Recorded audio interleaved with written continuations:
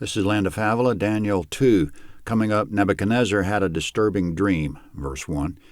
In the 2nd year of the reign of Nebuchadnezzar, Nebuchadnezzar dreamed dreams, and his spirit was troubled, and his sleep went from him. Then the king commanded to call the magicians and the enchanters and the sorcerers and the Chaldeans to tell the king his dreams. So they came in and stood before the king. The king said to them, I have dreamed a dream, and my spirit is troubled to know the dream. Then the Chaldeans spoke to the king in the Syrian language, O king, live forever. Tell your servants the dream, and we'll show the interpretation. The king answered the Chaldeans, The thing has gone from me. If you don't make known to me the dream and its interpretation, you'll be cut in pieces, and your houses will be made a dunghill. But if you show the dream and its interpretation, you'll receive of me gifts and rewards and great honor. Therefore show me the dream and its interpretation. They answered the second time and said, Let the king tell his servants the dream, and we'll show the interpretation.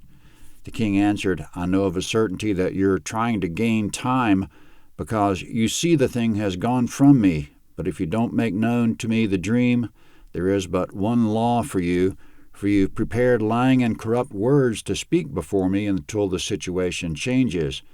Therefore tell me the dream, and I'll know that you can show me its interpretation.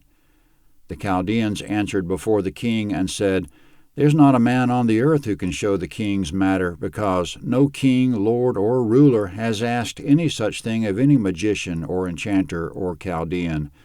It's a rare thing that the king requires, and there's no other who can show it before the king except the gods, whose dwelling is not with flesh. Because of this, the king was angry and very furious, and commanded that all the wise men of Babylon be destroyed. Comment in verse 1, Nebuchadnezzar had disturbing dreams in his 2nd year on the throne, which was about 604 BC. Daniel and his friends were still in training at the time. However, by the middle of the chapter, Daniel had access to the king, so probably the king was trying to resolve this issue over the course of several years. Nebuchadnezzar called it a dream singular and dreams plural, which probably means it was the same dream on a repetitive basis. In verses 2 to 11, he was convinced there was some significance to the dream and desperately wanted to know the interpretation, but he wouldn't tell his advisors what the dream was. He wanted them to tell him the dream, then the interpretation, not because he forgot the dream, but because he wanted them to prove themselves. He reasoned if they could tell him the dream, he could trust them with the interpretation. He said in verses 5 and 8, The thing has gone from me. This doesn't mean the dream was gone out from him. It means the command had gone out from him. He was making this an official decree that if they didn't tell him the dream, he would kill them. But they weren't able and kept delaying. The last straw was when they said, You tell us the dream. You're asking us to do something only the gods can do, and they don't dwell with flesh. And by the way, starting in the middle of verse 2, the source text is Syrian, it says, which is Aramaic. It's Aramaic to the end of chapter 7 and switches back to Hebrew. One explanation for about half the book being in Aramaic is that Aramaic was one of the official languages of the kingdom, and perhaps Daniel wrote his original account in Aramaic. Anyway, because the advisors kept asking for more time and finally admitted they couldn't tell the dream, the king issued a decree that they all be killed, which is what he said he would do. Verse 13. So the decree went out, and the wise men were to be slain. They sought Daniel and his companions to be slain. Then Daniel returned answer with counsel and prudence to Arioch, the captain of the king's guard, who had gone out to kill the wise men of Babylon. He answered Arioch, the king's captain, Why is the decree so urgent from the king? Then Arioch made the thing known to Daniel. Daniel went in and desired of the king that he would appoint him a time, and he would show the king the interpretation. Comment in verse 15, it seems Daniel wasn't aware of the matter until now, which indicates he wasn't in the upper echelon of advisors at this time. He might have even still been in training. In verse 16, he went in, it says, either to Arioch, the captain of the guard, or to the king. Either way, he got his execution stalled long enough to get an appointment to tell the king the interpretation. In verse 14, from the time Arioch told Daniel he would be executed until the time Daniel secured the appointment, he handled the matter with, quote, counsel and prudence, end quote. Just getting an appointment would be almost impossible because the king was furious with his wise men, but Daniel must have handled it just right. Verse 17. Then Daniel went to his house and made the thing known to Hananiah, Mishael, and Azariah, his companions, that they would desire mercies of the God of heaven concerning this secret, that Daniel and his companions would not perish with the rest of the wise men of Babylon. Then the secret was revealed to Daniel in a vision of the night. Then Daniel blessed the God of heaven. Daniel answered, Blessed be the name of God forever and ever, for wisdom and might are his. He changes the times and the seasons. He removes kings and sets up kings. He gives wisdom to the wise and knowledge to those who have understanding. He reveals the deep and secret things. He knows what is in the darkness, and the light dwells with him. I thank you and praise you, God of my fathers, who have given me wisdom and might and have made known to me what we desired of you, for you have made known to us the king's matter. Comment in verses 17 and 18, Daniel went home and asked his 3 friends to pray that they and the rest of the wise men wouldn't be killed.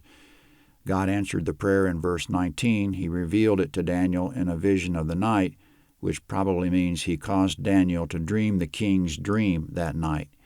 In verses 19 to 23, Daniel was greatly thankful. He blessed the God of heaven for his wisdom and might, that he commands the seasons, that he removes and sets up kings, that he's the source of wisdom, knowledge, and understanding, that he reveals deep and secret things, that he knows what's in the darkness, and that light dwells with him. He gave Daniel the answer he needed. The next order of business, verse 24. Therefore Daniel went in to Arioch, whom the king had appointed to destroy the wise men of Babylon. He went and said this to him, Don't destroy the wise men of Babylon. Bring me in before the king, and I'll show to the king the interpretation. Then Arioch brought in Daniel before the king in haste, and said this to him, I found a man of the children of the captivity of Judah who will make known to the king the interpretation. The king answered Daniel, whose name was Belteshazzar, Are you able to make known to me the dream which I have seen and its interpretation?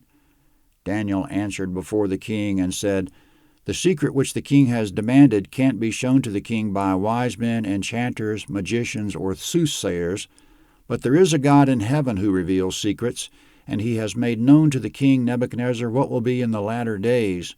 Your dream and the visions of your head on your bed are these. As for you, O king, your thoughts came on your bed, what should happen hereafter, and he who reveals secrets has made known to you what will happen.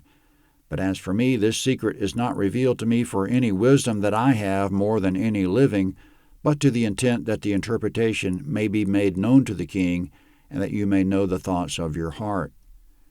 Comment in verse 24, Daniel was gracious to the pagan wise men. Their religion was an abomination, and they were his professional competition, and this would seem a perfect opportunity to let them all be killed. All he had to do was stay out of it, and they would be. But he answered Arioch not to kill them. He said, Spare them for a moment and just let me get in to see the king. I won't make him angry. I'll tell him the interpretation. Fast forwarding in verses 25 to 30, Daniel told the king, God in heaven reveals secrets and has made known to you, O king, what will happen in the latter days. That's what your dream was about, the latter days. God revealed your dream to me, but not on account of me having any great wisdom. It was for your sake, to tell you the interpretation and resolve your concerns about it. He goes on, verse 31. You, O king, saw and behold a great image. This image, which was mighty and whose brightness was excellent, stood before you, and its appearance was terrifying. As for this image, its head was of fine gold, its breast and its arms of silver, its belly and its thighs of brass, its legs of iron, its feet part of iron and part of clay. You saw until a stone was cut out without hands, which struck the image on its feet that were of iron and clay, and broke them in pieces. Then the iron, the clay, the brass, the silver, and the gold were broken in pieces together, and became like the chaff of the summer threshing floors. The wind carried them away so that no place was found for them.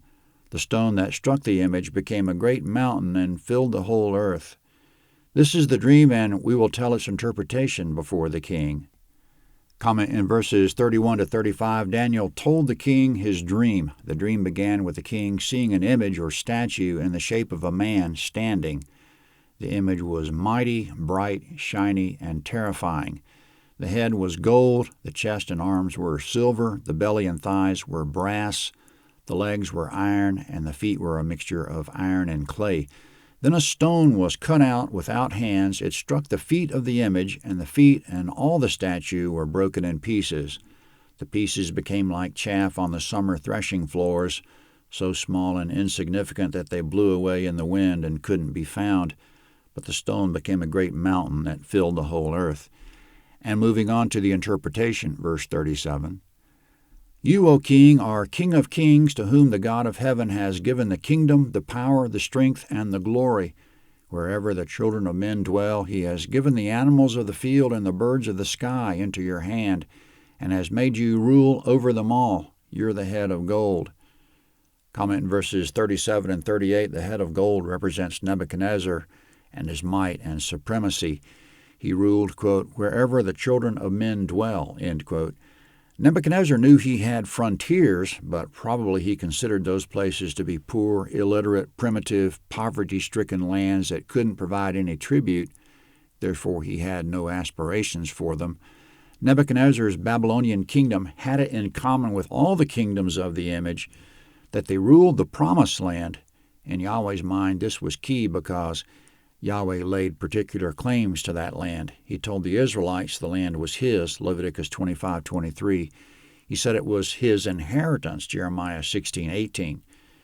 Jesus spoke of the times of the Gentiles, the point being that in the course of history, various Gentile kingdoms would rule and trample on Jerusalem.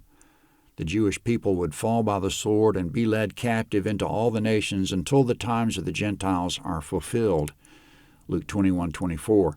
Paul said Israel would be hardened against the gospel until the fullness of the Gentiles has come in. Then all Israel will be saved, Romans 11:26. Daniel said, quote, when they have finished breaking in pieces the power of the holy people, all things will be finished, chapter 12, verse 7. So it sounds like Gentiles will persecute the Jews and trample on Jerusalem until Jesus returns and reestablishes the kingdom of Israel. It seems to your narrator that Nebuchadnezzar's image represents all the notable kingdoms that would trample Jerusalem until the end. The same interpretation is popular across evangelical Christendom. But continuing with Daniel's interpretation of it, verse 39. After you another kingdom will arise that is inferior to you, and another third kingdom of brass which will rule over all the earth. The fourth kingdom will be strong as iron, because iron breaks in pieces and subdues all things, and as iron that crushes all these, it will break in pieces and crush. Whereas you saw the feet and toes, part of potter's clay and part of iron, it will be a divided kingdom, but there will be in it of the strength of the iron, because you saw the iron mixed with miry clay. As the toes of the feet were part of iron and part of clay, so the kingdom will be partly strong and partly broken. Whereas you saw the iron mixed with miry clay, they'll mingle themselves with the seed of men, but they won't cling to one another, even as iron does not mix with clay. Comment in verses 39 to 43, Daniel interprets the rest of the image. In verse 39, speaking of the breast and arms of silver, another kingdom will arise that's inferior to Nebuchadnezzar's kingdom. Daniel doesn't say anything more about that kingdom here, but the last verse of the last chapter already mentioned it. It's Cyrus the Great of the Persian kingdom. Cyrus would conquer the Babylonians in 539, 65 years after Nebuchadnezzar saw it in his image. Daniel served as Babylonian advisor until that year. Cyrus's Persians ruled until 330 B.C. Then in verse 39, there would be a, quote, third kingdom of brass, which will rule over all the earth, end quote. And that's all Daniel says about that kingdom in this chapter. But from history, the interpretation is also obvious. In this kingdom, Alexander the Great of Macedonia swept in, conquered the Persians, and imposed Greek rule. So there were the Babylonians, the Persians, the Greeks. Then in verse 41, the legs were iron and feet and toes were mixed iron and clay. And again, it's obvious in history what happened to the Greeks. The Roman Empire conquered them and all their holdings in the Middle East, so Rome must be the fourth kingdom of iron, and just like all the others, the Romans took possession of the Promised Land. Since the mixture of iron and clay was from the feet to the toes and was smashed by the great stone, which is the kingdom of God, or Jesus, the mixed iron and clay must represent the kingdoms of the end of the age that Jesus will conquer when he returns. These kingdoms are divided and non-cohesive, yet they retain some element of the Roman Empire or are still connected to the Roman Empire in some way.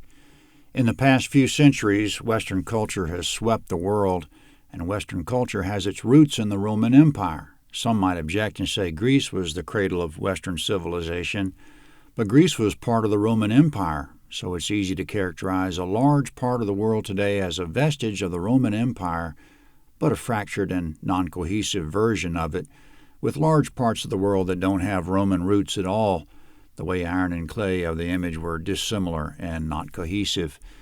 When we interpret the iron mixed with clay, we have to leave some room for mystery because while we know what became of the world after the Roman Empire collapsed, we don't yet know how the world will look when the Lord returns, and his return will be in the times of the iron and clay.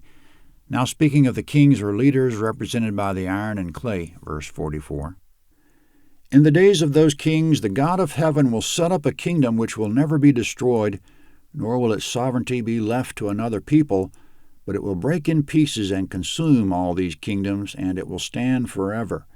Because you saw that a stone was cut out of the mountain without hands, and that it broke in pieces the iron, the brass, the clay, the silver, and the gold, the great God has made known to the king what will happen hereafter. The dream is certain, and its interpretation sure.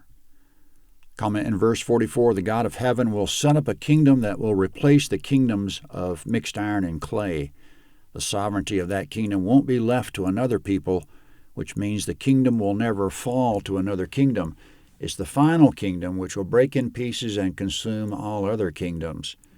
In verse 45, the stone was made without hands. It was cut out of the mountain and broke the toes and feet, but also broke and blew away every vestige of all the other kingdoms. It's a kingdom built by God himself. All other kingdoms will vanish.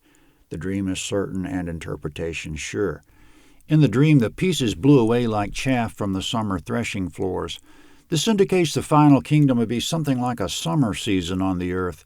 Not that Jesus will return in the summer or that it'll be summer all the time, but compared to the other kingdoms, his kingdom will be a season that we look forward to because of the pleasant conditions. Jesus said, when you see the fig tree starting to bud, you know summer is near, Matthew 24:32, with summer there being a metaphor for the conditions of the kingdom, nothing harsh or unpleasant. At the end of Daniel's interpretation, now we understand why he praised God, that he commands the seasons and removes kings and sets up kings. He was speaking of the various empires being like various seasons on the earth, with the kingdom of God being the summer season, and that God commands the changing of the seasons, the changing of the empires. When Daniel finished speaking, verse 46, then the king Nebuchadnezzar fell on his face, worshipped Daniel, and commanded that they should offer an offering and sweet odors to him. The king answered to Daniel and said, of a truth your God is the God of gods and the Lord of kings and a revealer of secrets, since you have been able to reveal this secret. Then the king made Daniel great and gave him many great gifts and made him rule over the whole province of Babylon and to be chief governor over all the wise men of Babylon. Daniel requested of the king, and he appointed Shadrach, Meshach, and Abednego over the affairs of the province of Babylon, but Daniel was in the king's gate. Comment in verses 46 to 49, King Nebuchadnezzar was amazed with Daniel and rewarded him. In verse 46, he fell on his face and worshipped him, also translated that he did homage to him. Daniel's response isn't recorded, but he already denied his own part in this and credited God with the whole thing. In verse 48, the king made Daniel governor of all the wise men and ruler over all the province of Babylon. In verse 49, at Daniel's request, the province of Babylon was turned over to his 3 friends, while Daniel himself was in the king's gate, also translated in the king's court, so he was constantly in the king's presence. Daniel 3 is next.